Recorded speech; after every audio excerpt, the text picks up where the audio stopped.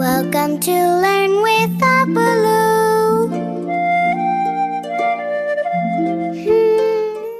ఒక రాత్రి అబ్బులు ప్రశాంతంగా నిద్రపోవడానికి సిద్ధమయ్యాడు. అప్పుడే కిటికీ దగ్గరనుంచి ఒక చిన్న శబ్దం వినిపించింది.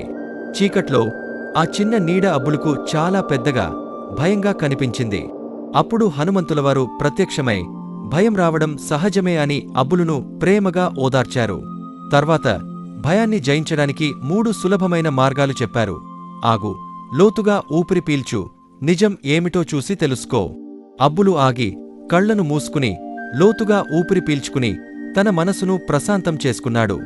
ఆ తర్వాత నిజం ఏమిటో చూసి తెలుసుకున్నప్పుడు అది గాలికి కదులుతున్న తెర మాత్రమే అని అర్థమైంది. అప్పుడు హనుమంతులవారు, ధైర్యమంటే భయం లేకపోవడం కాదు, భయం వచ్చినా ప్రశాంతంగా ఉండి నిజం తెలుసుకుని తెలివిగా ఎదుర్కోవడమే అని చెప్పారు. అబ్బులు ఆనందంగా నవ్వి, భయం రావచ్చు కాని తాను ప్రశాంతంగా ఉండి తెలివిగా ఆలోచించగలనని చెప్పి, జై హనుమాన్ అన్నాడు.